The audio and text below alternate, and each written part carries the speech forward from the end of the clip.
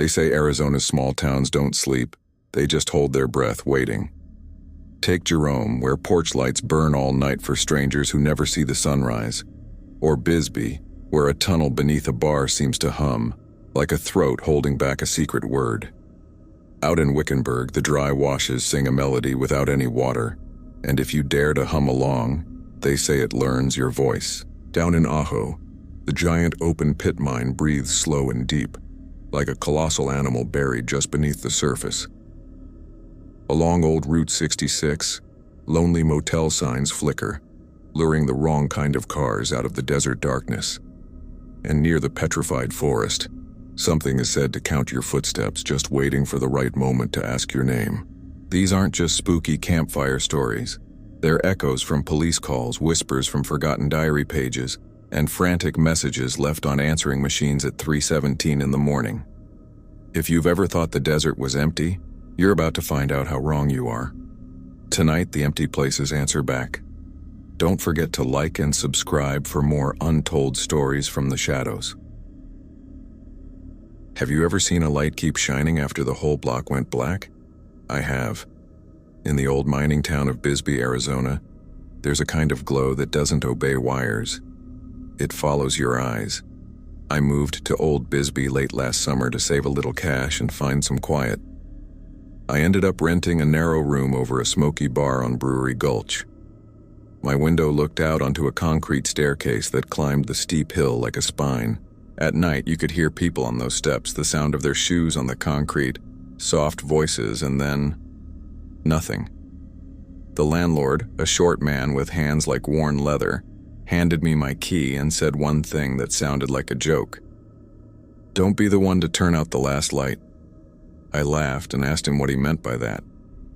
He just shrugged and stared over my shoulder at the hallway bulb. "Leave it on," he said. "Bisbee remembers the dark." There were a lot of stories like that floating around town. The ghost tours through the mine, the old haunted hotels, the secret tunnels that snake under the streets.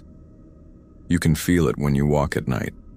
The whole place is just stairs and narrow alleys and damp stone walls that seem to hold on to every sound. Every house feels like it's leaning in, listening. About 2 weeks after I moved in, a monsoon rolled over the Mule Mountains. The rain came down in sheets like someone was shaking out a giant wet blanket. Downstairs in the bar, they killed the music, and everyone groaned as lightning split the sky. Then the power went out. First up and down Main Street, then Brewery Gulch went dark too. The booths in the bar lit up with the eerie glow of phone screens. Somewhere, a woman laughed, then quickly clapped her hand over her mouth like she regretted it. I finished my beer and headed upstairs, using the little flashlight on my keychain to light the way. The hall was a skinny tunnel with a single bare bulb hanging over the landing. It should have been pitch black, but it wasn't. The bulb over the landing was glowing a pale, weak amber, but it was steady. It hummed like a moth trapped inside a glass jar. I could smell hot dust and something else. Something that wasn't dust. It smelled like damp rock being warmed by a human hand. I stood there, right under the bulb, and reached up on my toes. The glass was warm. The little pull chain ticked against the side like a tiny clock. Out of habit, I pulled it. Nothing happened. The chain moved. I heard the click, but the glow stayed. I remembered the landlord telling me he shut the hall circuit off at night to save on the bill. There wasn't supposed to be any power. Backfeed, I told myself, trying to sound like I knew what that meant. It's an old building. As if in response, the light brightened just a fraction, enough to throw my shadow long and thin on the wall in front of me, but the shape looked wrong. The head was rounder than mine, with a circle of brightness right where a miner's helmet lamp would be. I swallowed hard and took a step back. The shadow stepped back too, but just a fraction of a second slower. From down on the gulch, I could hear voices rising like steam. Someone yelled that the Copper Queen Hotel had power on the ground floor. Someone else said the storm would pass soon. I should have gone downstairs, joined the strangers in the flickering candlelight. But instead, I just stared at that glowing bulb, and I felt it staring back. The humming sound settled deep into my jaw. I could feel it vibrating in my teeth. I told myself to leave it alone, to just go to bed. I started down the back stairs toward the rear exit. The light over the landing stayed steady behind me. At the bottom of the stairs, the hallway outside the back door was dark, except for another bulb hanging over the exit. That one was on too, glowing with the same weak amber light. The second I stepped under it, the bulb behind me went out. The hum moved with me. The alley smelled like wet dust and old beer. The rain had softened to a drizzle that tapped on metal stair rails and tin roofs. Down the alley, a single streetlight burned. Everything else was black. As I reached that light, the one behind me went dark. And then, ahead of me, on the steps that climb up to the hillside houses, a porch bulb clicked on all by itself and held its glow. I followed it, without really meaning to. It felt like being handed from one palm to another, light to light, up through the damp and the quiet. Moths hung in the air around each glow, not quite touching the glass, as if they were listening. Every bulb hummed in the exact same pitch as the one in my hall. I kept thinking I should turn back, but my feet kept going up.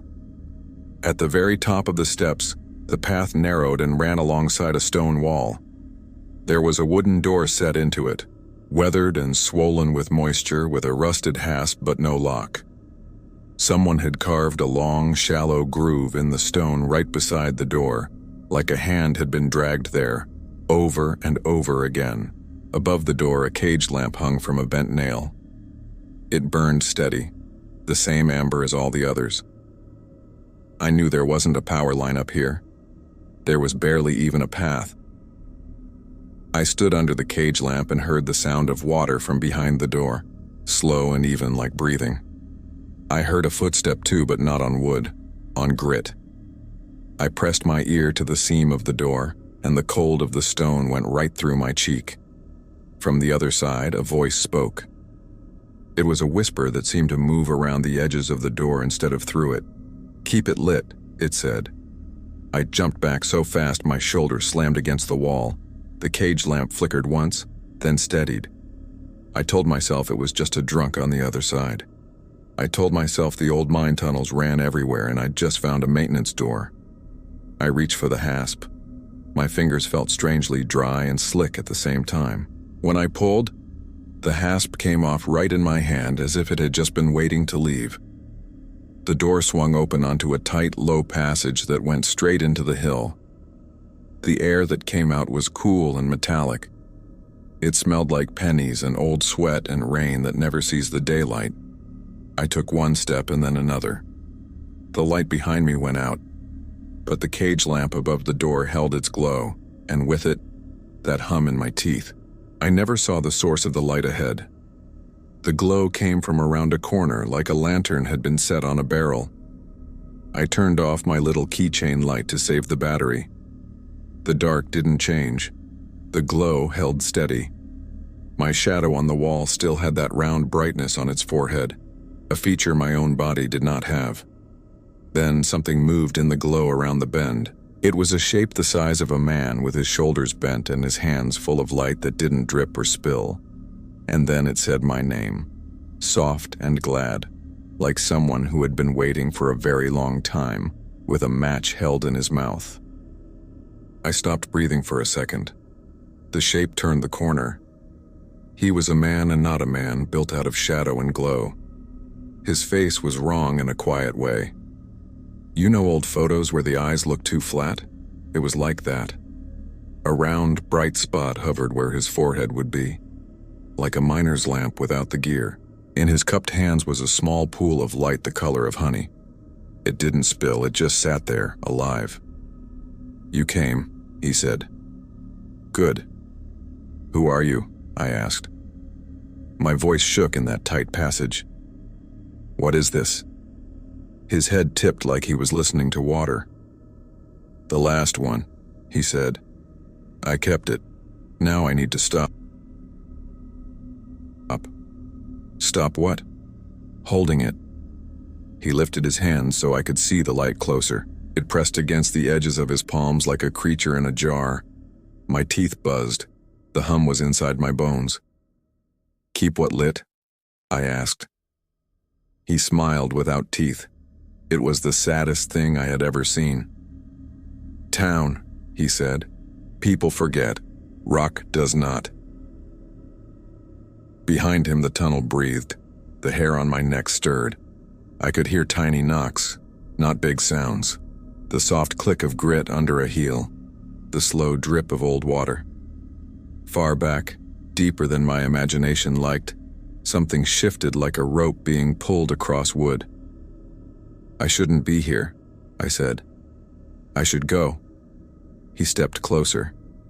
The light between his hands warmed the air and the smell changed. It went from pennies to hot iron, then to sweat, then to whetstone warmed by a hand. Just for a while, he said. Then you go. What do I do? Hold it, he said. Don't let it go out. Don't be the last one to let it die. If it dies, it isn't dark like night. It's dark like a mouth.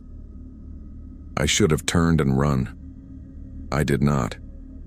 I put out my hands like I was catching a bird. He leaned and tipped the light from his palms to mine. It was heavier than it looked. It was almost the weight of a small head. Heat soaked into my skin and up my arms. The hum in my teeth dropped into my chest, down through my ribs into the meat of me until it felt like the light was listening to my heart. Above the door, the cage lamp brightened a shade. Outside in the alley, another bulb woke, and then another on the stairs, and the one in my hall I couldn't see hummed and held. The shape's shoulders loosened like someone who had set down a heavy box after a long walk. Thank you, he said. The round spot on his forehead dimmed. Don't close it. Keep it lit. Do not be the last. What happens if... I started, but the words felt wrong in my mouth. You know, he said. You can hear it. I could. It was behind the walls and under the street. It was behind the wood of my door at home. It was a patient wait. It did not care about me. It cared about an opening. Light was a lid. I stepped backward to the door. The light in my hands did not spill, even when I moved. The man stayed where he was, hands empty now, palms still cupped like a habit he could not stop. He watched me with soft, used-up eyes. I live up the gulch, I said, for no reason I can explain. He nodded like he knew the room, the narrow bed, the thin window, the bulb on the chain. Don't let it be the last, he said again, and the way he said it put a cold beneath the warm in my hands. I went out. The door swung shut behind me without a sound. The hasp I had torn off lay on the ground like something that had finished its job. I did not put it back. I could not. I walked the steps down with the light riding my palms steady and close. Bulbs woke as I moved and went out when I passed. It felt like the town was being handed to me in pieces. My landlord stood in the hall, hair wet from the rain, a keyring swinging from his finger like a clock. He looked at the glow in my hands and went pale like paper. You shouldn't have, he said. I couldn't not, I said. He rubbed his eyes like there was grit in them. Then don't turn it off, he said. For any reason. Do not be the last to let it die. What if I fall asleep? I asked. It sounded childish even to me. Don't, he said, or find someone who won't, who... The power on the block came back an hour later. Phones lit up. Music rose from downstairs. My hands burned in a slow, deep way. The light fit in a bowl on my table like it had made that curve for itself. It didn't care what held it. It just cared that it was held. Days passed. I learned the rules by feeling them. If I reached toward a switch, the hum would change and the air by my mouth would go cold like a door seal breaking. If I left the room, the hall bulbs would take it for a while. If I went too far, the glow would pull tight in my chest, and I would have to hurry home.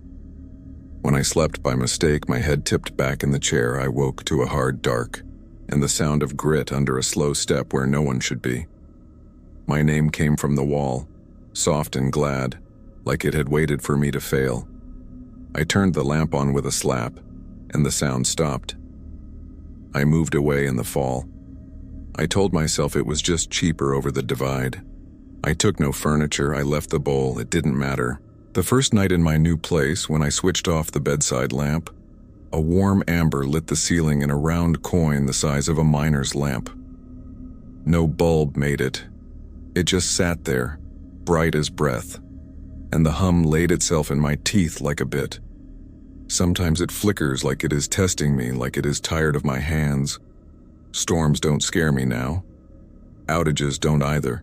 What scares me is what comes after silence, when the last light shakes and I hear a dry footstep in my own wall, and a voice I know says my name with joy. Have you ever felt a sound instead of hearing it? I'm not talking about bass at a concert, I'm talking about a tone that doesn't ride the air. It rides empty spaces. It moves through rooms and then it moves through you. I went to Ajo, Arizona because it was cheap and quiet. I needed to start over, and it seemed like the right place. I rented a little studio behind the old Curly School, a massive brick building they'd turned into housing for artists and people like me. Out front, there's this perfect little plaza with palm trees and a white church that looks like it's straight off a postcard. And then there's the pit. The open pit mine is right there on the edge of town, this massive terraced bowl, as big as a storm. At night, the streets go completely still. All you hear are coyotes, a distant diesel truck on the highway, and sometimes a train you can't even see. I loved it. I told myself that this level of quiet was good medicine. One afternoon, I picked up a dusty shortwave radio from a thrift store near the plaza. It was this heavy little box with a cracked dial and a whip antenna. At first, it was just a way to pass the hours. I worked nights cleaning the halls at the school, sweeping tiles and wiping down old chalkboards. When the floors were shining and the rooms were empty, I'd sit in the huge, silent auditorium and just turn the dial. I'd get a burst of foreign chatter, then a long hiss, a church station broadcasting out of Yuma, and then nothing. The silence in that room was so thick you could almost set it on the seat beside you. The first time it happened, it was 1:17 in the morning. I know that because I checked my phone, and I have never ever forgotten that number. The tone didn't come from the radio. The radio was dead in my lap. It started with the floor under my shoes, a deep tremble like a train was passing right under the building. Then the backs of the wooden seats started clicking against each other, very softly, like teeth. A long, hollow note grew up out of the room itself. Imagine the sound you get when you blow across the mouth of a glass bottle, but much, much lower, like the bottle was the size of a house. I felt it in my chest first, a deep vibration. Then I felt it in my jaw. I looked down and saw the water in my paper cup rippling. The glass in the exit sign started to hum. Somewhere a vent cover rattled and then just stopped, as if the tone had found the perfect shape inside it and decided to settle there. I set the radio on the seat next to me and put my hands flat on the armrests. The old varnish felt warm. I said, "Hello?" out loud because, well, that's what you do when you think someone might be playing a joke on you. But my own voice sounded wrong. It sounded thin and way too close. The tone just went away, as fast as a breath drawn back in. The silence that followed felt even thicker than before. I just laughed, blaming it on the old air ducts. The next night I was ready. I downloaded a little recorder app on my phone and set it on the stage steps. At exactly 1:17, the tone came again, but this time it was fuller, stronger. The seats clicked once and then held still. My paper cup actually slid an inch across the floor. The fillings in my teeth ached, but when I played the recording back, nothing. All it had picked up was the sound of my shoes scuffing and the faintest electronic hiss. No tone, no hum. My body remembered what the phone did not. The next day I was at the market when an older woman asked me if I was staying at the school. I said yes. She just nodded like she knew exactly what that meant.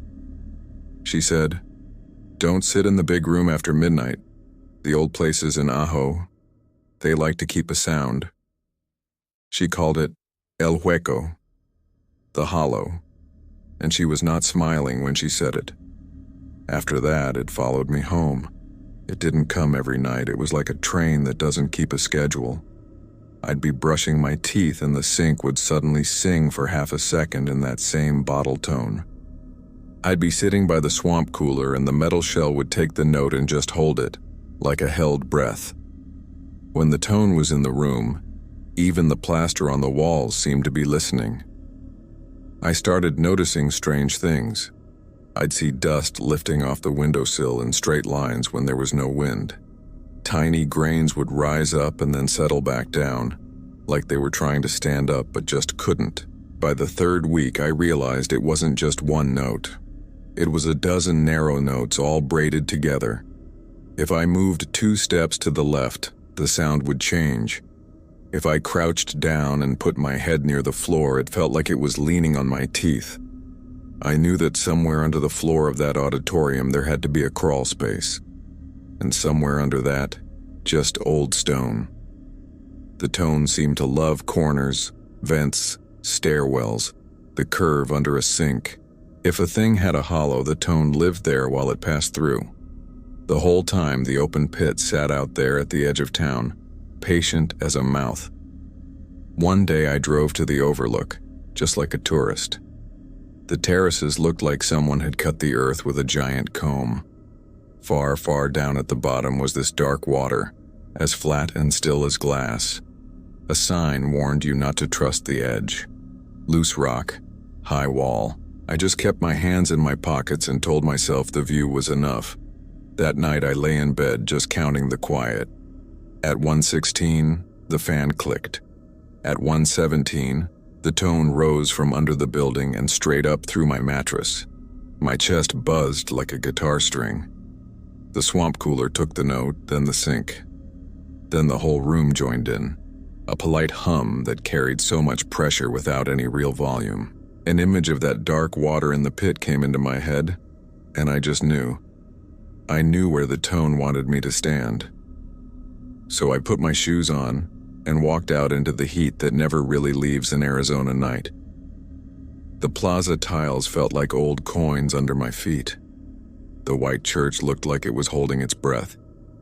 I got to the chain link fence by the pit and there it was, a hole bent open near a post. Someone had clearly gone through before me.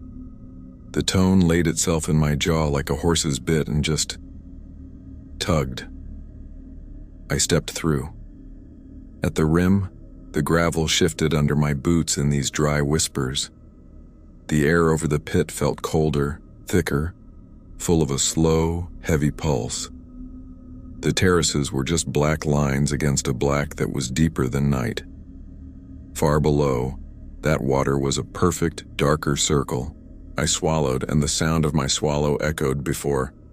I even did it like the pit knew what I was going to do and did it first. The keys on my belt started to shiver. My tongue tingled. The tone leaned in and made a shape out of my chest.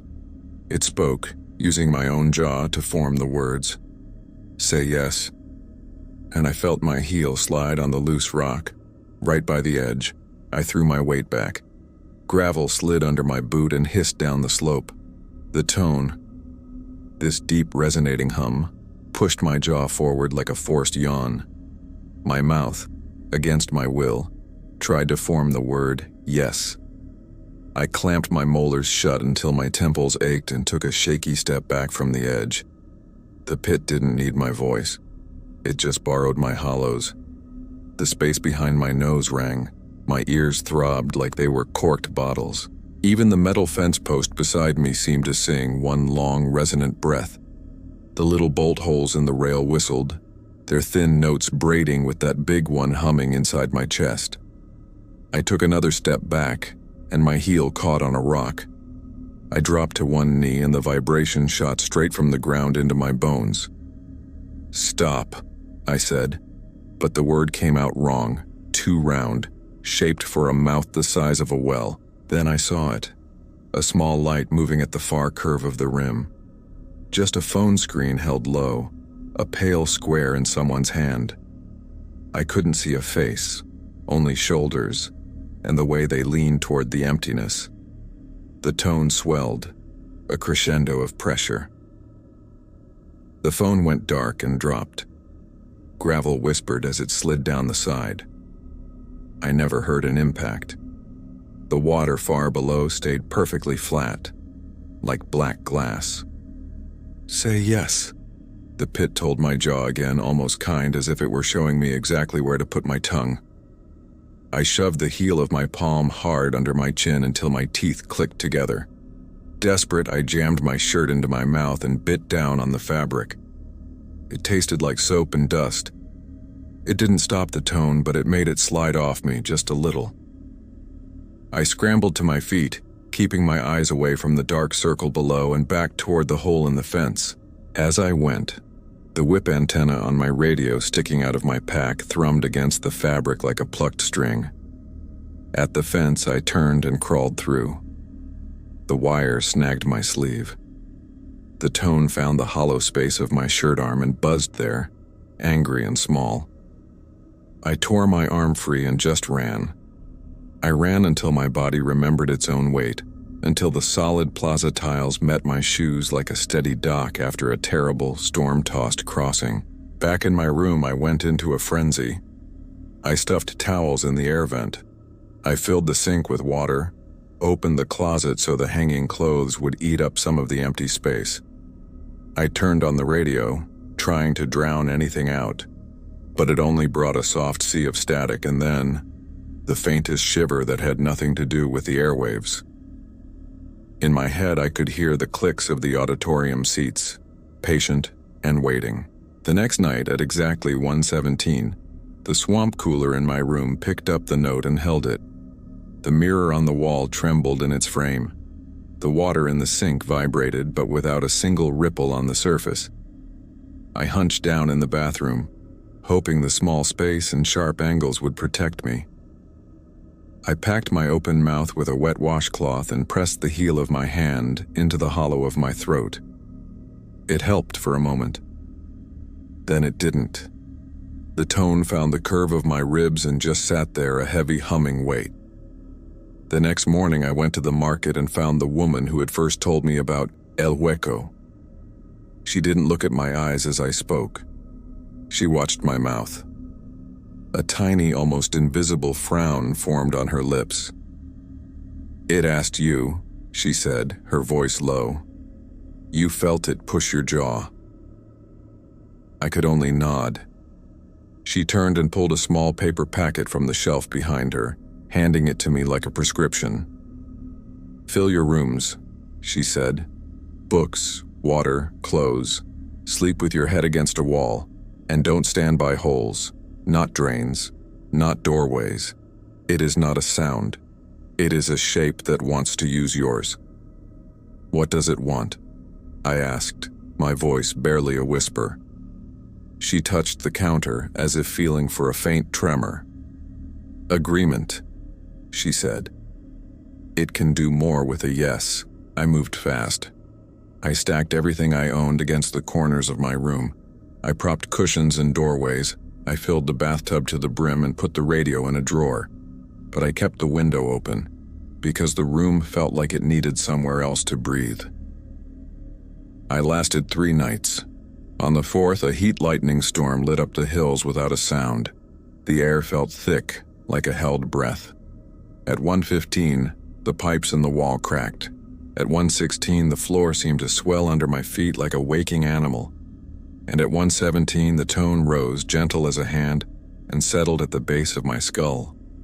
I could feel it then, an open pit inside me, a perfect little copy of the big bowl out in the desert, carved right where my breath should have been. Without wanting to, I stood up. I found that I had already put on my shoes. I walked out into the warm, silent dark. The palm trees in the plaza clicked their fronds together. A moth brushed my cheek and fell to the tile like it had missed a step. The hole in the fence was wider now.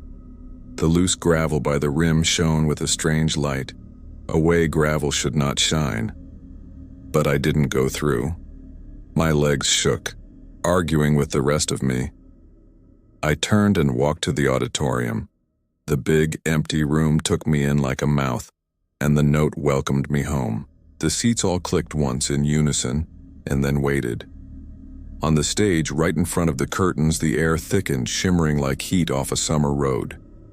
I set my radio on a chair and sat down beside it. I put my hand on the seat back in front of me and felt the old varnish hum under my skin, that same old pitch, steady as a heartbeat. "I won't say it," I told the room. I bit the inside of my cheek until I tasted salt. "I won't." The tone didn't argue. It simply filled the space where my voice would have been. And for just a second, I felt another body sit down beside me. The chair back clicked. The temperature dropped just enough to make the hair on my arms stand up. Whoever it was, they leaned forward like a miner listening for a crack in the ceiling. I left Ajo a week later. I told myself I was done with quiet places. I took the back roads heading north, keeping the windows down so the wind and the noise had somewhere to go.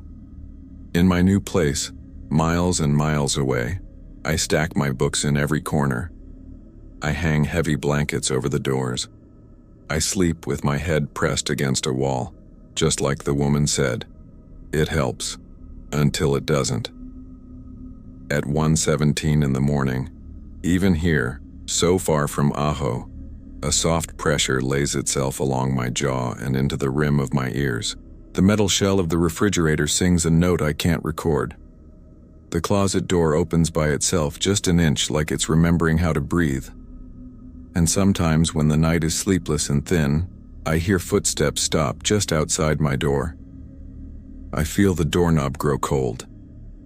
And a voice that uses my own hollows, leans against the wood and asks me so gently, so tenderly. It almost feels like love. Say yes. Have you ever watched dough breathe? I don't mean just rise in a bowl, I mean really watch it swell like a chest and then sigh out. In a small town called Globe, I learned that bread can remember hands that aren't there anymore, and sometimes at night, it asks for them back. I was trying to straighten my life out, so I took the graveyard shift at this old bakery on Broad Street. The work was quiet, just me and the rhythm of the night.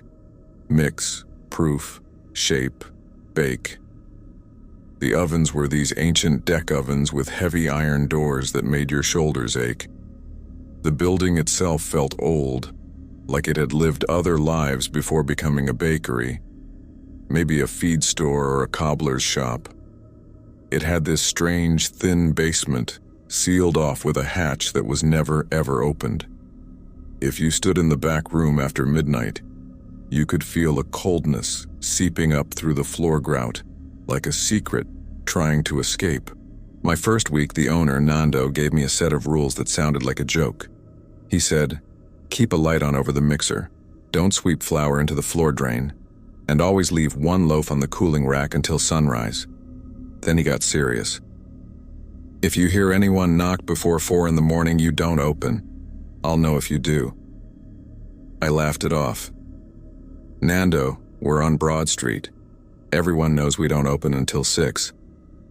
He just stared at the front window like it was listening in on our conversation. "I'm not talking about everyone."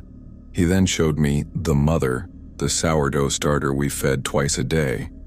It lived in this big steel trough, covered with a muslin cloth, and smelled like green apples and wet grain. He tapped the rim of the trough. "She's older than me," he said. "And listen, don't feed her if you hear tapping. Feed her after." "After what?" I asked, confused. "After it passes," he said, as if he were talking about a brief storm. The first 3 nights were perfectly normal. The old mixer thumped along with its steady, walking through dough rhythm. The proof box breathed out a warm, yeasty fog. I actually started to like the small, contained world of the bakery at night. I'd check my phone, count trays, and feel like I'd really lucked out with this gig. But on the 4th night, things changed. A little after 2 a.m., the little bell over the front door chimed once all by itself. I checked. The door was locked. The sign flipped to closed. I peeked outside and the street was completely empty, except for a stray dog sniffing a trash can. I figured the spring on the bell had just slipped. Then, at 2:30, the proof box clicked and went quiet. The thermometer on the glass door dropped from a cozy 90 degrees down to room temperature, and then kept falling, like it was measuring a cold spot right below the floor. The dough inside the box tightened, like skin in the cold.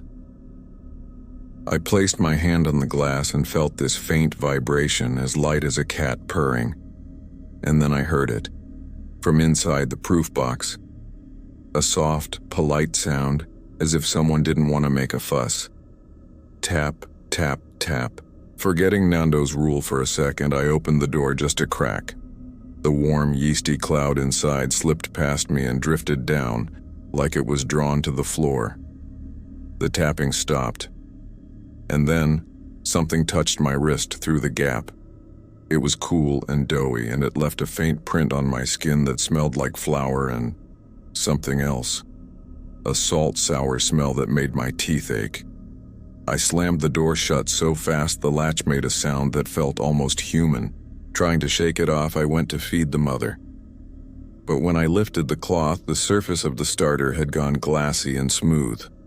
A thin line was moving just beneath the surface, slow, like a fingertip drawing a circle. It stopped right at the edge. I told myself I was just tired, and I sprinkled a thick layer of flour over it until I couldn't see the line anymore. At 3 a.m., the oven thermostat clicked on, cranking itself high without my hand anywhere near it. The pilot flame, usually a calm blue, licked up into orange, then a brilliant, steady white I'd never seen before. A wave of heat rolled out, even though the oven door was closed. I noticed a line of flour I'd spilled on the floor earlier. It was writing itself into a crooked word near my boot. Then it smudged, as if a heel had dragged right through it. It looked like a name, maybe starting with an A and ending with a short, choked Y. I tried to turn the knob down, but the flame ignored me. The heavy iron door rattled as if someone was pressing their palms against the inside, begging to be let out. "Okay, no," I said out loud to the empty room. "We're not doing that." Just then, the bell on the front door chimed again, once, crisp and clean. Then again. Nando's rule echoed in my head. If you hear anyone knock before 4, you don't open. Then came a rap on the glass of the door. Not knuckles. It was a softer, wetter sound. A smudge bloomed on the glass where it touched. I stood frozen. The smudge slid down the glass like a cheek pressing against it. "Do you have the dark rye?" a voice asked from the other side. It sounded like a man with a bad cold, careful and polite. It sounded friendly, normal. Exactly what you'd want to hear when you're working alone at night. "We open at 6, I managed to say. As I spoke, the lights over the mixer dimmed, as if the whole building was holding its breath to hear my answer. "I can pay," the voice insisted. "I want the one with the split top, the one you score like a leaf." My blood ran cold. We had only started scoring the rye like that 2 nights ago. Elena, the day shift baker, had just taught me the pattern. There was no way this man outside should have known about it. My mouth went dry, the way an oven does when you close the draft. "I'm sorry," I said, my voice barely a whisper.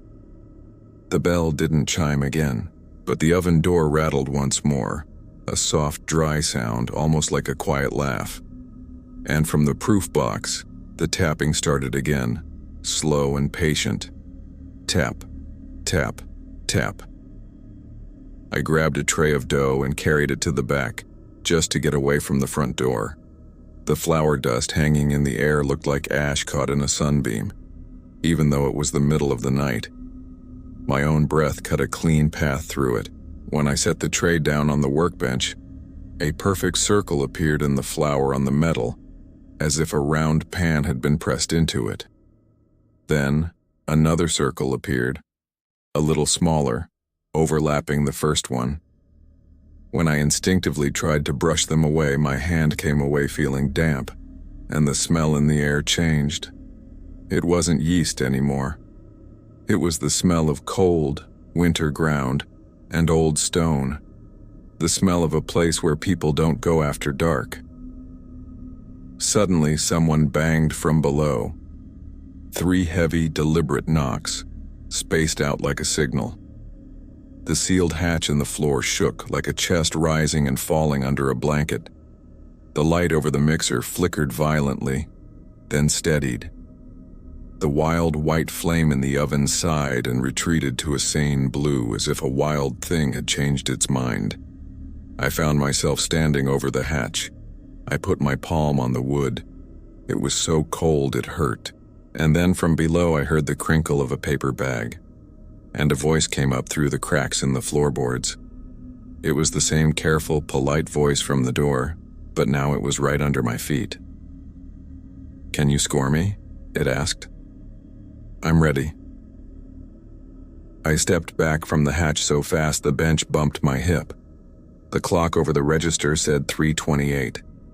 The rule was in my head like a nail. If you hear anyone knock before 4, you don't open. "I can't," I said, and my voice sounded thin in the bright flower-dusted room. "Please," the voice said, polite as a customer. Paper rustled below, slow. Something shifted like a heavy loaf turned under cloth. I grabbed the scoring blade from the magnet strip. The handle was wood, worn smooth by hands. The razor shone even in that soft nightlight. I wanted to toss it in the trash. I wanted to call Nando and say I quit. I set the blade on the bench instead and fed the mother, because doing a normal thing felt like throwing a rope to myself. The surface bubbled once like a breath held too long, and the smell of green apple turned sour, like a cellar that remembers rain. The bell tapped by itself. Not a chime, just a tiny strike like a spoon on a jar. The proof box clicked and the glass fogged from the inside with a small clean oval, as if something inside had leaned its head there. The tapping started again in polite threes. Tap, tap, tap. "I hear you," I said, because silence felt more dangerous. "I can't open until 4. The hatchwood was so cold it made my palm ache. Flour dust on it drew lines by itself, shallow and curved. 3 cuts like the leaf pattern we used. The lines were a guide. The lines wanted depth. I lifted my hand and stood away. My phone buzzed on the flour tub. It was Nando. I swiped with a sticky finger. "Don't open," he said before I could talk. His voice was quiet like he was in a church. "Feed the mother. Leave 1 loaf for the line. Keep the mixer light on. If you have to, draw the pattern in flour over the hatch, but do not break the skin." "What skin?" I asked. "It's wood." "It isn't," he said. "Not to it." The call crackled. I heard the bell chime through his phone and mine at the same time, and then the line died. I took a breath that tasted like dust and heat and something wet underground. The hatch shook once, gentle, like a stubborn drawer. From below came the polite voice again, closer now, like it had put its mouth to the cracks. "Quick hands," it said, "before I overproof." I laid both palms on the hatch to steady myself. The wood felt like cold dough. It yielded a hair under my touch and then held.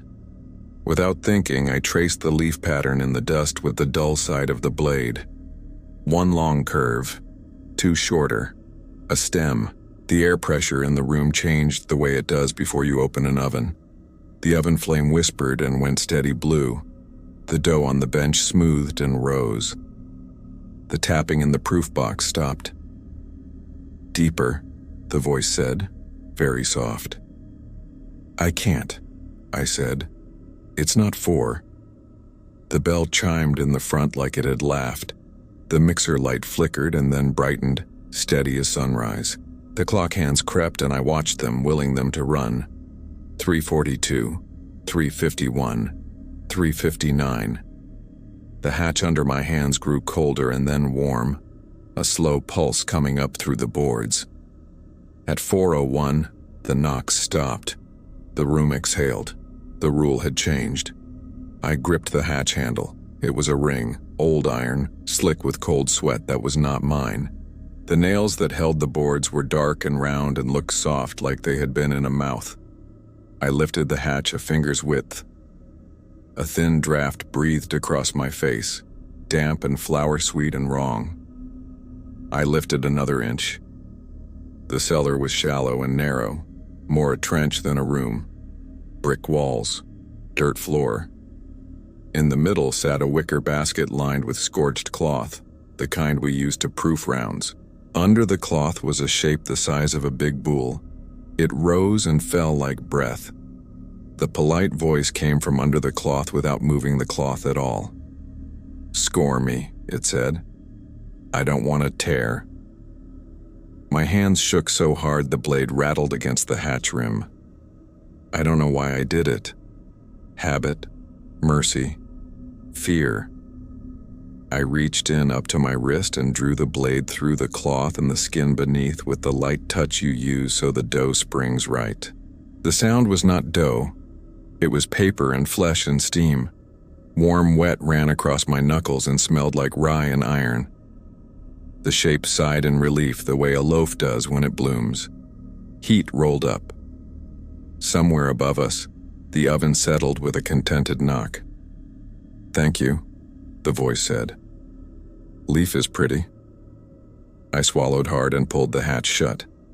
My hands left flower ghosts on the wood. The cuts on the flower lines above matched the pattern below, neat and even. My palms stung. When I washed them, thin red lines rose on my skin where I had moved the blade, the same arcs I had given the thing. They didn't bleed. They sat there like old scars that had been waiting. I baked like a machine until sunrise. Every loaf sprung open perfect, ears proud, the leaf pattern handsome and clean. I left one round on the rack by the window like the rule. At 6 the bell chimed and people came in with morning talk and money and the smell of coffee. I kept my sleeves down. I kept my eyes off the hatch. Nando came in at 9 and took one look at my wrists. He didn't scold. He just nodded like a doctor who has seen this before. "It knows your hand now," he said. "You'll have to leave one wherever you sleep. It isn't bread it wants. It wants the mark." "I can quit," I said. It sounded small even as I said it. "You can," he said. "The oven won't." I left the job a week later and moved to a small apartment over a nail salon in Mesa. I kept no flour in the house. I don't bake. I don't even toast. The first night, at 3:59, the cabinet doors swelled with a quiet sound like a loaf lifting. At 4:01, the sink tapped 3 times. Tap, tap, tap. I found a ring in dust on my kitchen counter like a pan had rested there. I don't own a pan. Some mornings I wake to the gentle smell of rye at my door. A paper bag sits there with a round inside still warm. The crust is scored in my leaf pattern, neat as if I had just cut it. When I lift the loaf, the paper under it is wet and dark in the shape of a stem. I don't slice it. I carry it downstairs to the dumpster and leave it on the lid like a small son and walk away. Sometimes in the quiet between 3 and 4, a polite voice stands on the other side of my door and asks in the kind way that makes you want to answer. "Do you have the dark rye?" it says. "The one you score like a leaf." And when I don't answer, the bell. I don't have chimes once, soft as a breath, and below the floor, something in a paper bag shifts, patient as dough. Have you ever heard a place sing where there's no water? In Wickenburg, a dry wash can sound like a throat at midnight. People say it's just the wind in old culverts. I believed that for years. Now I wish I still did. I used to work nights at a little storage lot off Vulture Mine Road. You know the kind. Chain link fence, a faded office trailer, a soda machine that ate your dollars, and a motion light that never stopped flickering. The lot backed up to the wide, pale scar of the Hasayampa Wash. It's mostly sand and bone-white stones, a few tough mesquite trees, and a rusted culvert under the highway. When the monsoon hits, it turns into a brown river that can move a cow like it was nothing. The rest of the time, it just looks harmless. Empty. Dead. Old Cal, the owner, told me on my first shift, walk the fence, check the gate, and if you hear singing, you don't answer, you don't even hum. I laughed. From the wash? He just stared at my face for a long second. His eyes were pale, like old denim. The wash hears you back, he said. The first week was easy. The night air smelled like creosote and dust. Coyotes yipped far off near the golf course. I'd hear the old highway hiss, the thrum of trucks, the scrape of a cottonwood branch on the fence. I felt safe in those small routines. When the motion light went dead still, I'd just stand and breathe and feel this strange calm, like the desert had pressed the pause button on everything. Then, one warm night in late June, I heard it. It was faint and high. Not words, just a tune. It sounded like someone singing behind a closed bathroom door at the far end of a long hall. The notes rose and fell with the steady patience of someone who had sung for so long they forgot why they started.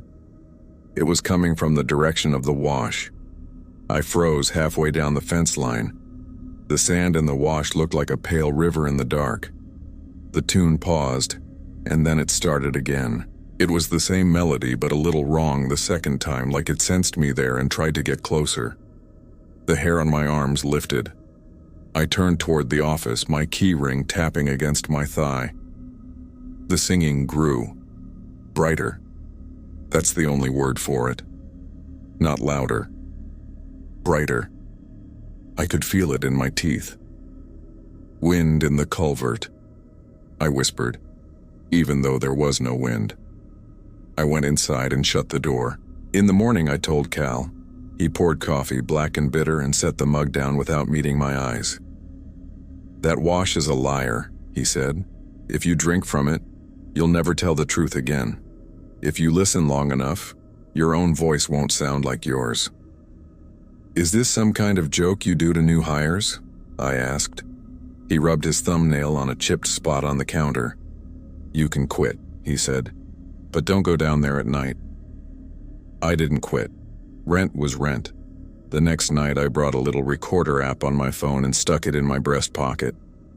After midnight, the tune drifted up again, thin and careful, like someone whispering to see if you were awake.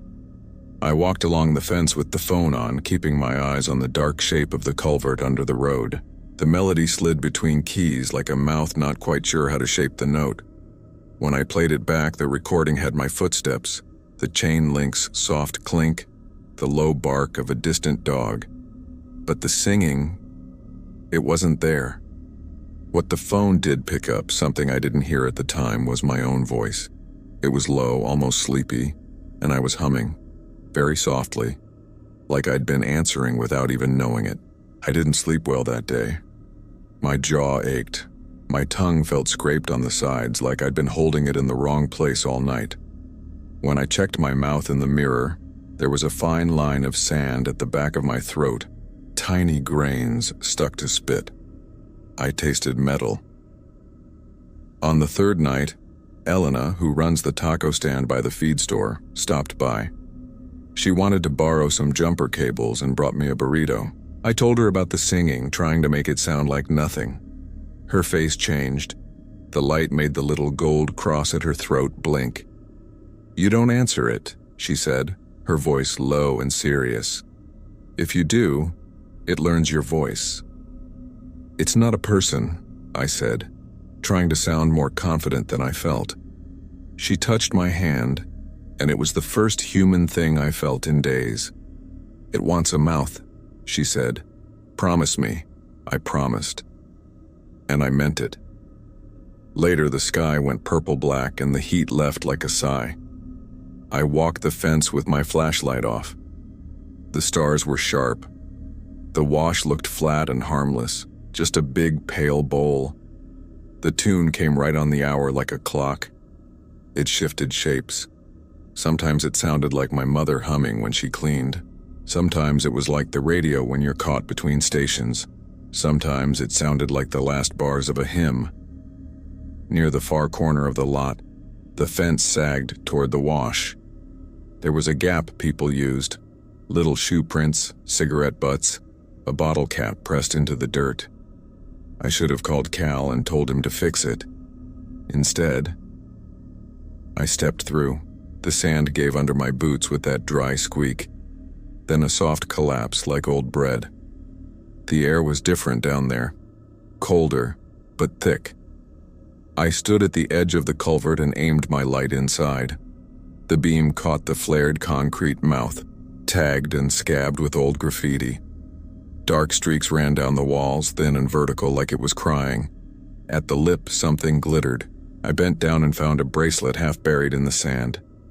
Cheap beads, a little clasp bent out of shape.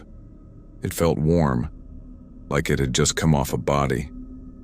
The song swelled and then pulled away, as if it had turned and was walking into the culvert, trying to get me to follow. I took one step.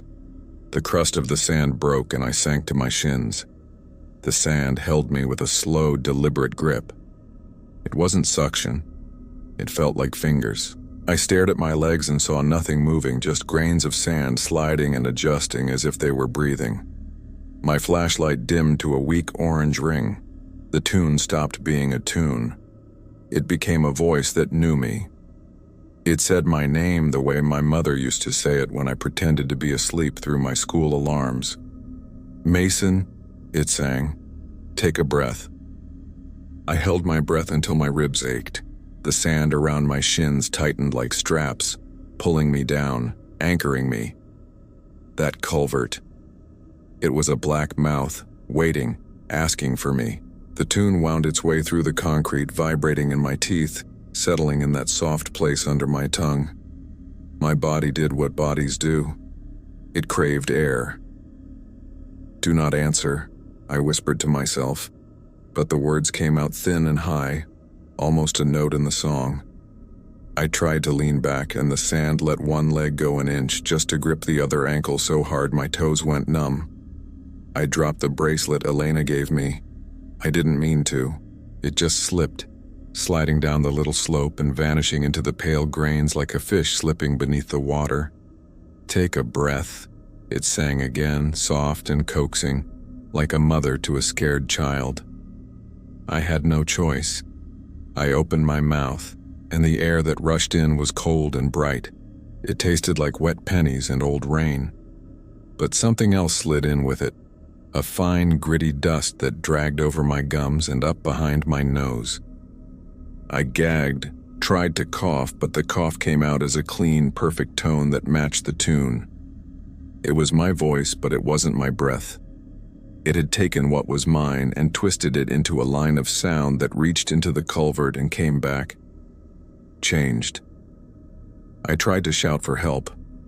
My throat just produced a long, low note that didn't belong to me. The flashlight flickered one last time and died, and from the culvert, an answer. A harmony that came from deeper than it should, like a room under a room. Inside the notes, I heard words, not spoken, but just there. Names. Short, desperate prayers. The old, unsettling sound of someone trying to count with a handful of pebbles in their mouth. I bent forward, jamming my hands into the sand. It was dry, but it moved like something breathing. Under the surface, I felt these cool little channels like veins changing direction to get under my fingers. I clawed at it anyway. My nails filled with grit, my arms burned, my left hand hit a root. Mesquite. I grabbed it, and thorns drove through my palm like needles. The pain. It broke something loose in me. I leaned back and pulled with everything I had.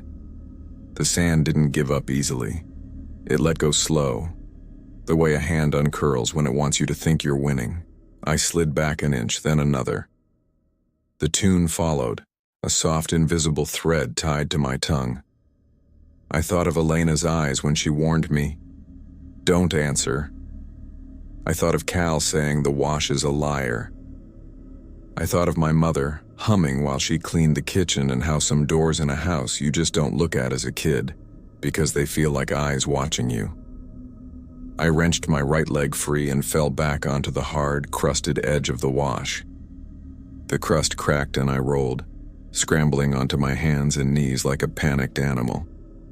The sand tried one last time to take my boot. I left it. I threw myself through the gap in the chain-link fence, tore my shirt on the wire, and hit the gravel on the lot side so hard I saw white. The singing didn't stop. It just switched places. It was in my mouth now, soft and steady, like my own breath had been put on a leash. I clamped my lips shut, and it just hummed through my nose. I pinched my nose shut and I could feel it vibrating in my chest. I crawled to the office, slammed the door, and braced my back against it. My phone buzzed. It was Elena. A text. "Are you okay?" I tried to type, "Don't come here." My thumbs wouldn't obey. They wrote, "Come here, please." I deleted it. Tried again. My fingers shook as they typed, "I need you. Bring salt." Her reply was instant. On my way. I wanted to call her, scream at her to turn around. The call went through and my own voice, in a tone that made my skin crawl, said, "Park by the culvert." I hung up so fast I dropped the phone. Cal's truck headlights swung across the lot first. He saw me through the office window and came in without even knocking. He took one look at my face, at the blood drying in my palm, and said one word. "Drink?" He set a gallon of water on the counter. The smell of it, clean and pure, made the song in my mouth flicker for a second. I lifted the jug, tried to swallow. The water touched my tongue and the song twisted it. I tried to say, "I can't." My mouth said, "It's good," and poured more. It felt so wrong going down my throat, like I was pouring it around something that wasn't shaped for water. Elena's little sedan came next. She rushed in, the cross at her neck bright, her eyes wide with fear. She stopped dead in the doorway and tilted her head, like she was listening to a low radio. "You're humming," she said. "I'm not," I said, and I felt the word come out as a lie, even though it was the only truth I had left. The hum grew under it, a deep bass note. She reached into her purse, pulled out a Morton salt can, and shook a fat line of salt across the threshold. Then she pressed a pinch of it under my tongue. It burned like an open cut. "Bite your tongue," she said, her voice firm. "Make your mouth your own." I bit down until I tasted metal. The hum thinned, but it didn't quit. Cal stood in the doorway holding his hat in his hands like he was at church.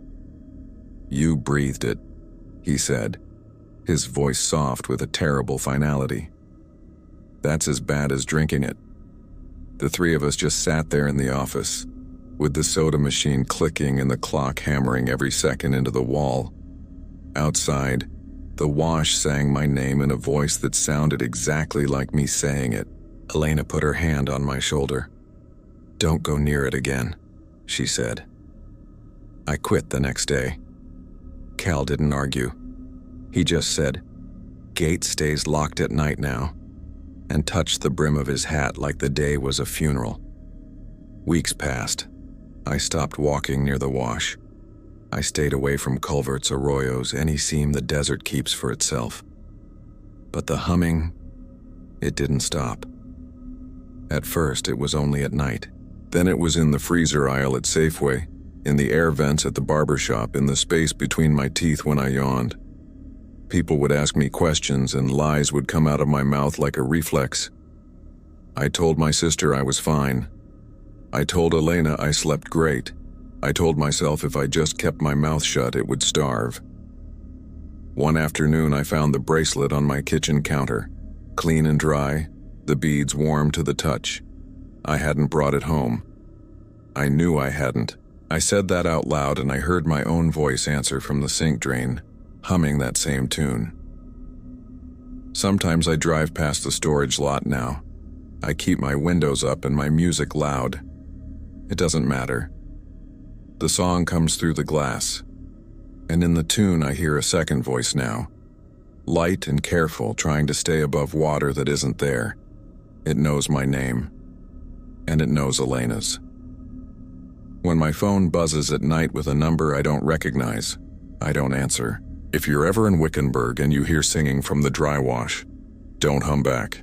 If you already did, I'm sorry. The voice you will hear answering you will sound like mine.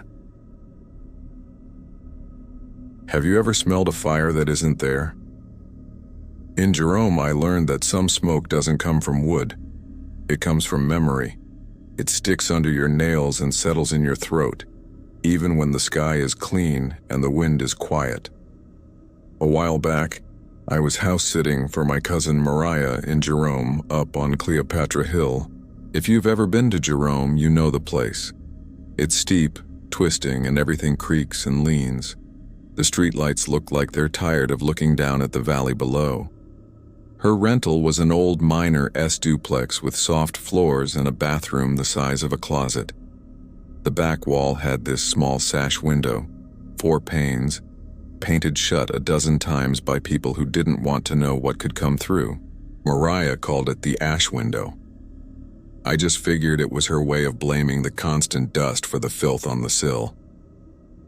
The first morning I was there, I wiped the window with a damp rag. A fine gray coat came off in swirls, like chalk dust. The rag turned black. The glass felt warm under my fingertips like it had been in sunlight. But this window faced a hillside and a hard drop, not the sun. I told myself it was just the old wood soaking up heat. Nothing weird. By the time I'd made coffee, a fresh veil of this gray dust had already settled on the pane. When I wiped it again, I noticed these narrow lines in the dust, like little fingers had dragged through it and just stopped. I looked at my own hand. My fingers didn't match those marks. They were way too small. I tried not to think too much about it. Jerome is full of ghost stories. You hear them in the spirit room over a cheap beer. You see them in the hotel brochures. There's a hospital-turned-hotel just up the hill that people swear is restless. I figured the town just trains you to see things because it wants you to leave with a story. I'd grown up around Flagstaff. I wasn't some tourist looking for a shadow to follow me back to Phoenix. That afternoon I was at the corner shop, and the woman behind the counter asked if I was the one staying in the old duplex. I said I was. She gave me this overly polite smile and asked, "Have you met it yet?" I just laughed and told her I didn't believe in that stuff. She scratched the counter with her thumbnail and said, "Belief is a coat. Sometimes the weather goes right through it." That stuck with me. I walked back up Diaz Street with my groceries, telling myself I'd just sleep with the bathroom door shut. Problem solved, right? But that first night I heard it. The tapping. It was soft at first, like a fingernail on a teacup. Tap, tap, pause, tap. It was coming from the bathroom. I lay in bed listening as the tapping matched my breath, then went offbeat, then stopped completely the second I swung my feet over the side of the bed and stood up. The bathroom was cold, narrow. My breath fogged in the air. There is a kind of silence that grows roots in old houses. This was that kind of silence. Something had been written in the dust on the window. It was very faint, about as wide as a hand, with uneven letters, like someone was tracing them backward from the other side of the glass. The line of ash spelled 3 jagged words, "Let me in." I stumbled back so fast my heel slipped off the rug. I caught myself on the sink. A laugh bubbled up before I could stop it, thin and shaky. Yeah, right, I said out loud. Cute. I wiped the paint clean with my sleeve. The ash smeared and then cleared. My reflection looked pale and stupid on the other side. I told whoever, or whatever, had done it that their joke was over. The window just stared back at me. I went to bed with a light on. Around 2 in the morning, I woke up to the smell of something burning, not wood. It was oily, like roofing tar and old hair. The scent came in waves like someone was wafting it under my nose. It led me back to the bathroom. The window was clean. No dust this time. The night was just black beyond the glass. No porch light, just the dark roofline and the steep drop. Then, a faint glow started to warm behind the panes. Like a lantern was rising on the other side of the window. I could see shapes. A narrow hall stretching away from me, lit by low flames that didn't flicker like real flames should. The walls were dark stone. This hall was the wrong kind of place to be seeing through a bathroom window in Jerome, Arizona. My scalp tingled. I leaned in until my nose was almost touching the glass. The air tasted of pennies and soot. The glow moved and I realized it wasn't a lantern. It was a man walking toward me holding something cupped in his palms. His face was smudged with grime and his eyes looked raw, like he hadn't blinked in a very long time. He walked closer, and the glass felt warmer. He raised what he was holding toward me. A voice asked a question, but it wasn't in the room. It was inside my head, like a thought I hadn't thought yet. "Do you see me?" I jerked back hard. And then I heard it. The latch on the sash window clicked. It clicked again, slow and deliberate. I watched it lift with a tiny metal sigh. The paint around it cracked like thin ice. A thread of cold air flowed out past my lips, cold enough to make my teeth ache. The ash wasn't on the glass anymore. It was crawling up from the windowsill, sketching thin lines over my wrists and fingers, like it was feeling its way toward me. Each line felt cool and weirdly eager. "Do you hear me?" The same voice, but closer this time. I grabbed the window frame, meaning to shove the sash back down, nail it shut, do whatever I had to do. But something on the other side pressed against my palms. It felt like wet cloth stretched tight over a jawbone. The smell of burned hair filled my mouth, and even as I gagged, I heard a second voice. It was much smaller, just under the first one, like a whisper caught right between my ears. "Don't let him in," it said. The sash lifted another inch under my hands. The ash on my skin was tracing the shape of little fingers that weren't mine, wrapping around my thumb as if to pull. I gripped harder. The wood under my palms felt wrong, soft and damp like bread. The thing on the other side pressed back with this patient, steady force. It wasn't strong, but it was constant, like it had all the time in the world. A cold draft slid along my wrists and under my nails. The smell of burned hair came in slow breaths, as if whatever was out there was exhaling through the seams of the window frame. "Please," a man's voice echoed inside my head. "It hurts. Let me in." My stomach just flipped. Then, the smaller voice, a whisper that seemed to live right under my tongue, said, "Don't. He burns what he wears." I wanted to ask what that meant, but my jaw felt heavy and the air tasted like pennies and old matches. I shoved down with all my weight, trying to slam the sash closed. The frame moved a half inch, then stuck. Paint cracked in a fine web. Through the glass, the hall outside glowed this strange, wrong amber like firelight without a flame.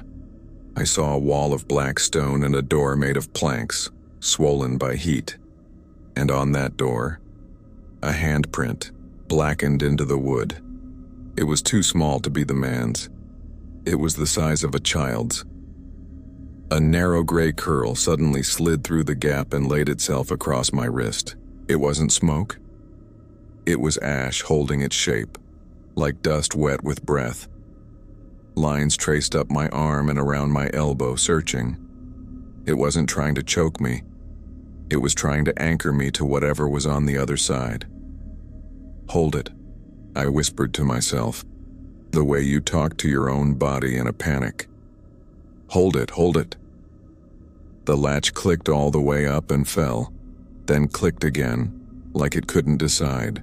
The metal was warm, like a coin you'd been holding in your pocket. I slammed my hip into the frame with everything I had. The sash finally dropped with a dull thud, catching the ash strand and snapping it like a dry spider web. A thread of gray fell to the tile and didn't break apart. It just lay there, a hair that was too straight to be a hair. "Let me in," the man's voice said again. "You know what it is to be in a small room." That hit me hard. I looked at myself in the mirror. My eyes were wide and glassy. My breath fogged the corner. For a split second, I thought I saw movement behind me that wasn't mine. I didn't turn around. I locked the latch with my thumb like it was a tiny prayer. Then the tapping started. Not on the glass, but in the wall to my right, then over the sink, then above the shower. Tap, tap, tap. It was following the studs, mapping the bathroom around me. On the windowsill, the ash began to write again, in strokes as thin as veins. From my side, the words formed backward, slow and shaky. Letmein. But then the letters smudged under a skitter of smaller lines like a little hand had dragged through them, trying to erase it. A second message took longer to form. I could barely read it. Letmeout. "Who are you?" I asked the glass, my voice hoarse. "The one left," the small voice said. "He kept the door shut and breathed us until we were quiet. He wants a door that opens both ways." My mind raced. I thought about the old hospital up the hill, about hallways and doors and a hot wind that never stops. I thought about people stuck behind wood that won't swell down. I thought about how the window sash had lifted like it knew my hands. Something thumped on the other side. A slow, heavy knock. The glass bowed inward without breaking. A pulse of heat came through it, then cold, as if the window was a mouth taking a breath. I grabbed the shower rod, wedged it under the sash, and angled it against the toilet tank. It squealed on the porcelain, but the sash stopped moving. The tapping in the walls went quiet. I backed out of the bathroom and shut the door, but the smell followed me down the hall. That oily, heavy heat. I slept on the sofa with the lamp on, feet pulled up like a kid, listening to the house settle and unsay and breathe around me.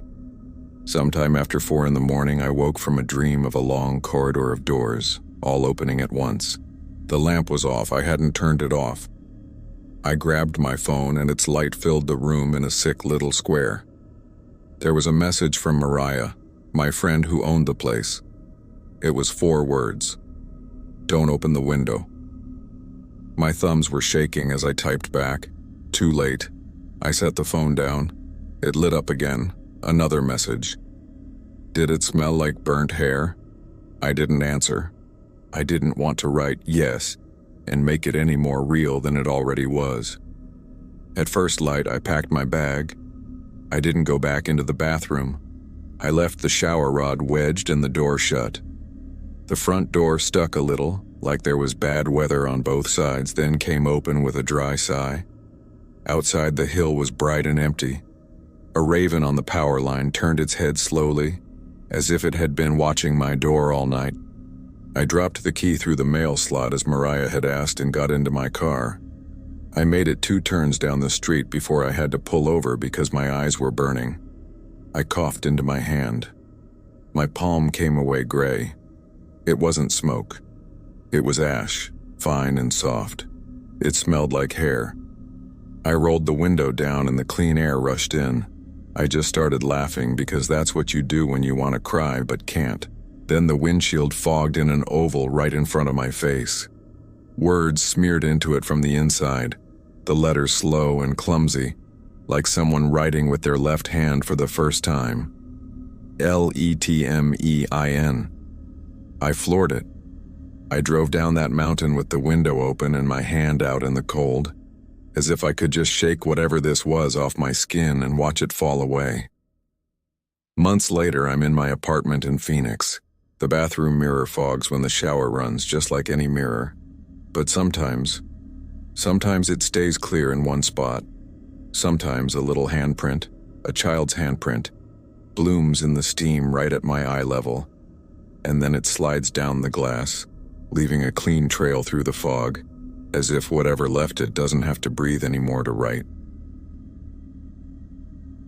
Have you ever tried to sleep in a concrete teepee while something walked slow circles around you? In Holbrook, I learned the Wigwam Motel is cute in daylight, and just plain wrong after midnight. The vintage cars parked out front look like props for a roadside photo op. The cones themselves look like a joke, something out of a cartoon. But at 2 a.m, when the desert is silent and the neon sign is the only thing keeping the darkness at bay, nothing looks like a joke. I was on a long drive from Phoenix to Santa Fe and completely ran out of steam somewhere east of Winslow. You know that feeling when your eyelids start feeling like they weigh 100 pounds each.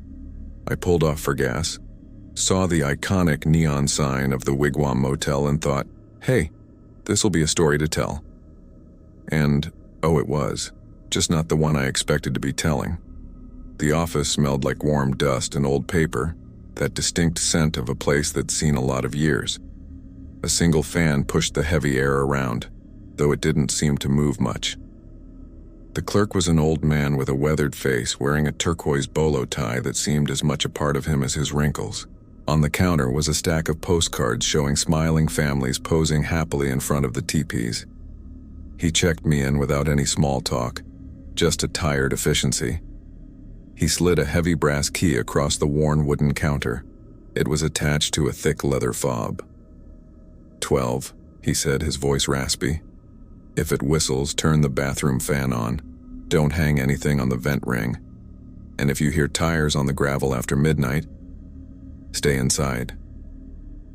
I let out a small laugh, thinking he was talking about thieves or troublemakers. You get a lot of trouble out here? I asked, trying to be friendly. He just shook his head, a slow, deliberate motion like he was trying to get water out of his ear. Not trouble, he clarified, and his gaze was unsettlingly serious. Just don't answer your name if you didn't give it. Well, that was weird. I signed the guest register with my full legal name, feeling a little bit silly for doing it after his cryptic warning. The brass key felt heavy in my hand as I walked out. On my way, I tapped the glass case in the lobby that held chunks of petrified wood. My fingertip left a perfect, clean circle in the thick layer of dust. Motel room number 12 was near the back of the circular layout. An old Pontiac was parked out front like a museum piece, its white wall tires chalky and its chrome dulled by time and the desert sun. A single moth was frantically ticking against the dim porch bulb, the only sound in the vast, quiet night. The sky above was immense and so clear, filled with stars you just don't see in the city. The teepee, the cone, was actually bigger inside than I expected. The walls were curved, sweeping up to a point high above. My bed was tucked under a painting of a thunderbird. There was a tiny triangle-shaped window with curtains that didn't quite meet in the middle, leaving a small gap.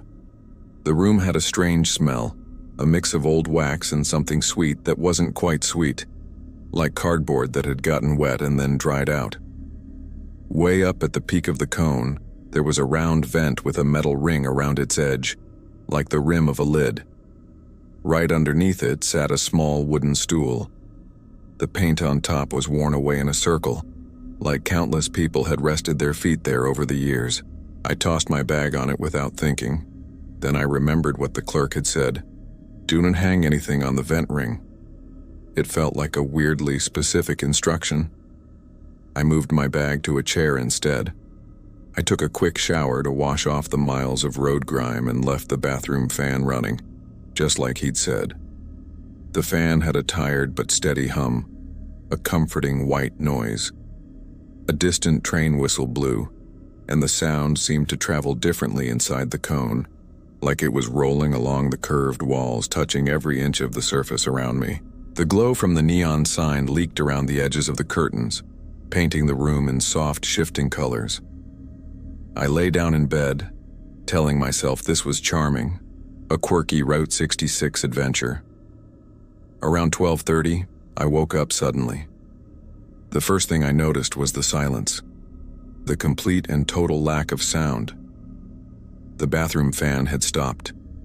The hum from the neon sign now sounded distant, farther away than it should, almost as if the entire motel had quietly taken a step back from my room.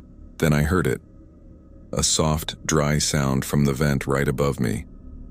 It was like the sound of a hand rubbing a paper bag. A tiny little stream of red dust sifted out of it, falling onto the bedspread right by my knee. It was the color of old brick. It landed in a tiny, perfectly straight line. When I reached out and brushed it with my fingertip, the single line split into two smaller lines. It was a bizarrely specific detail, but it looked exactly as if something with two long fingers had been gently feeling for me through the vent, and then quickly pulled back. I told myself it was just old dust settling after decades. It had to be. I got up and flicked the bathroom switch. The fan whirred to life for a second, then died again with a final sounding click. That's when I felt it. The cone, the room itself, was listening. I know how insane that sounds. In a normal square room, you know where sound goes, how it bounces. In a round room, sound just goes around. It felt like the entire structure was a giant ear focused right on me. Then a crunch on the gravel outside. It was slow and light. Definitely not boots. Tires, the clerk had said. Tires on the gravel. My heart started pounding. I crept over to that little triangle window and pulled the curtain back just a fraction of an inch, just enough to see. The old Pontiac was still there, right where it had been. But now, there was a faint glow inside the car, like a phone screen someone had set face down on the dashboard. The inside of the windshield was fogged up, steamed over, even though the air outside was cold and dry. As I watched, a small oval cleared in the fog, right in the center of the windshield, as if someone inside had just breathed on the glass, and then wiped it clear with their sleeve. Then a handprint slid slowly down the inside of the glass, leaving a clean, wet trail through the condensation. It was the size of a child's hand. I stumbled back from the window, my breath catching in my throat. At that exact moment, the porch bulb outside my door went out with a small, neat pop. I felt the air on my bare arms change, that subtle shift in pressure you feel when a door you didn't know was open has just been closed. The room felt sealed, trapped. The vent made that dry, papery sound again, and then a whisper came down through the ring. It wasn't exactly a voice, it was the shape of a voice, a breathy, stretched-out sound that was almost my name. I don't know why, but what scared me more than anything was that it got the name wrong. It wasn't the name I'd written on the register. It was a nickname, a silly little name my mother used to call me when I was a small child. Fast asleep in the backseat of the car on long family road trips. Only 2 people alive know that name. And the other one definitely wasn't in Holbrook, Arizona. My hands acted on their own. I grabbed the heavy chair and started dragging it under the vent, a primal instinct to see what was up there. Then I caught myself. What was I doing? I shoved the chair away, and that's when the little wooden stool slid, all by itself. It moved maybe 2 inches across the floor until it sat perfectly centered under the vent ring, like a polite, silent invitation. More red dust fell, but this time it came down in a tiny, delicate spiral, landing right on the seat of the stool. It formed a neat, perfect circle, as if showing me exactly where to place my feet. A cool breath of air, colder than the desert night, drifted down from the vent and stroked the hair on my forearms, making it stand on end. The gravel crunched again. This time it was right outside my door, The heavy brass doorknob turned just a fraction of an inch, then settled back into place. I heard a soft weight lean against the wooden door, gently, patiently, just waiting. I held my breath, afraid that even the sound of my lungs filling with air would be too loud. I didn't move. I didn't breathe. I just stood there, frozen in the center of the dark teepee. Then the voice came down through the vent again. It was closer this time, clearer, like a face had lowered itself right to the metal ring. "Look up," it said. And it was my mother's voice, patient and warm, the voice she used to soothe me after a nightmare. And as it spoke, the little wooden stool bumped against my shins, a gentle nudge, as if it was reminding me exactly where I was supposed to stand. I shook my head.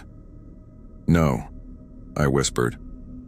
The strange cone-shaped room seemed to catch the word and soften it, like it was trying to smooth it into a yes. A thin spiral of red dust sifted down from the metal ring in the ceiling, landing on the small stool below me.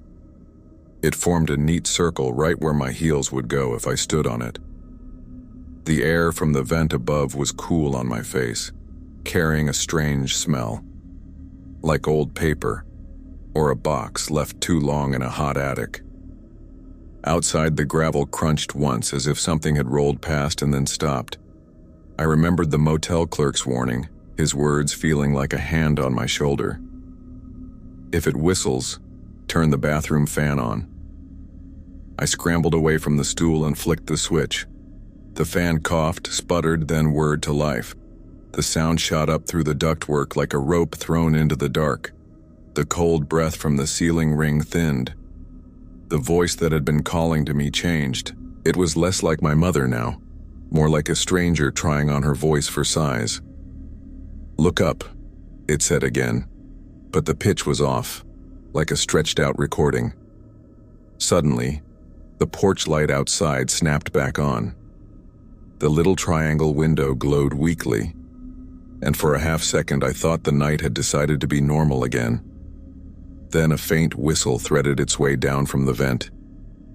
It was a thin, high-pitched tea kettle sound that made the hair behind my ears stand on end. The bathroom fan faltered, then steadied itself like a heart skipping a beat. Outside, the gravel crackled, this time right up against the door. The brass doorknob turned just a fraction, then settled, as if it were being patient. I grabbed the only chair in the room and shoved it under the knob, jamming my heel against one of its legs to hold it steady. The stool under the ring scraped 2 inches across the floor towards me, then stopped.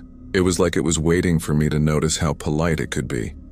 The curtains over the triangle window moved, but there was no draft. In the fogged glass, a small, clear oval appeared, just big enough for one eye. I couldn't see it, but I could feel the weight of its stare. The old Pontiac parked in front of my cone-shaped room sat dark and heavy under the single light. On the inside of its foggy windshield, a finger traced a little arc. The shape it drew matched the simple Thunderbird painted on the ceiling right over my bed. "Look up," the voice from the vent said again, almost a sigh this time. Then it tried my name, not the one I signed on the register, my small name, my nickname. It put the soft, familiar inflection in the middle just right. Only 2 people ever said it like that. My mother and my father. I didn't answer it. Instead, I said my full name, the one I had used to get the key. I said it clearly, slowly, like I was teaching a lesson. The cone-shaped room threw the name back at me, plain and flat. The stool went still. The whistle from the vent thinned to almost nothing. My phone was on the bedside table. With shaking hands, I managed to dial the front office. It rang and rang. Then the clerk answered, sounding like he'd been standing right there, just listening to it ring. 12? He asked, not like a question but a statement. It whistled. Yes, I said, my voice trembling. And the stool? It keeps moving. Keep the bathroom fan on, he said, his voice calm, practiced. Do not step on the stool. Do not touch the ring. Do not answer any name you did not give me. Dawn makes it lazy, not gone. What is it? I had to ask. He was quiet for a long moment. Leftovers, he finally said. People bring their noise here and lay it down like luggage. Some of it learns the hollows. Room 12 keeps most of it. Just then I heard a tiny breath on the line that wasn't his. A voice spoke under his in my mother's tone. We have to go, it said, the way she used to when I'd pretend to be asleep in the back seat of the car. I slammed the phone down, but the dial tone seemed to keep talking for a heartbeat longer than it should. The metal vent ring ticked. Something thin and metallic touched the paint inside the duct, like a wire testing its way out. The bathroom fan stuttered again, then caught. I pictured the duct as a long, dark throat. The knob on the door turned harder, and the chair I'd wedged under it creaked under the pressure. Then the porch bulb went out, plunging me into darkness. I heard tires on gravel whispering in a slow, careful circle around my room. Snap, snap, snap, like little bones breaking. It made one full loop, then another. On the second loop, it stopped right at the triangle window. The foggy oval cleared again, and I heard breath on the glass that was not in the room with me. The bed dipped at my calf, a small but definite weight, like a child climbing up to stand where the stool wanted me to be. The bedspread wrinkled under nothing I could see. The red dust ring on the stool smeared into two distinct marks side by side, like two little heels had pressed down and pivoted, ready to rise. I backed into the bathroom and sat on the low edge of the tub, the hum of the fan my only anchor. The mirror didn't fog up. Instead, it cleared. A coin of clean glass opened in the center, as if a mouth were about to form there. The voice used my full name now, careful and wrong, before sliding back into my small name, like a tongue falling into an old familiar habit. Look up, it said, the tone almost seductive, as if it were showing me how to love a thing I knew I shouldn't. Gray light started to filter through the curtains. It wasn't dawn yet, but the sky had softened. The tires outside made half a loop and stopped. The doorknob let go. The stool edged back from my shin like a tired apology. In the vent ring, the whistle faded to a soft, sleeping breath. I left at first light. I didn't brush my teeth, I didn't fold the towels. I just slid the brass key across the counter. The clerk watched my hand, his face impassive. He wrote something in his big register book and turned it so I could see. My full name was there, in my own handwriting. Under it, faint in pencil, was my small name, written in a neat, unfamiliar script. You stayed inside, he said. Good. What happens if you stand on the stool? I asked, even though I think we both knew the answer. He just shrugged, like a man who had heard the answer too many times and didn't want to repeat it. You don't sleep under the Thunderbird again. I drove east, the radio low, the windows cracked. Every so often, a thin whistle would ride the air, and it would only go away when I touched the car's fan control. At a rest stop outside of Gallup, I glanced in my rearview mirror. I saw a little oval blooming on the inside of my back window, clearing from fog that wasn't even there, and on the dusty trunk lid of my car, two small heel marks had appeared close together, turned toward the glass like someone had just stepped up to look inside. That night, in a different motel, a cheap square room with no charm at all, the bathroom fan started to whistle on its own. The room had no vent ring in the ceiling, but when I looked up, a faint red circle had appeared in the paint above the bed, as if something were remembering where to lower a mouth. When I finally turned out the light, a voice in the dark tried my small name and asked me the easiest thing in the world. Look up. Thanks for watching. If you enjoyed this story, or if you've ever felt that strange chill in an old motel room, hit that like button. And don't forget to subscribe and turn on notifications so you never miss another late night tale. Stay safe out there.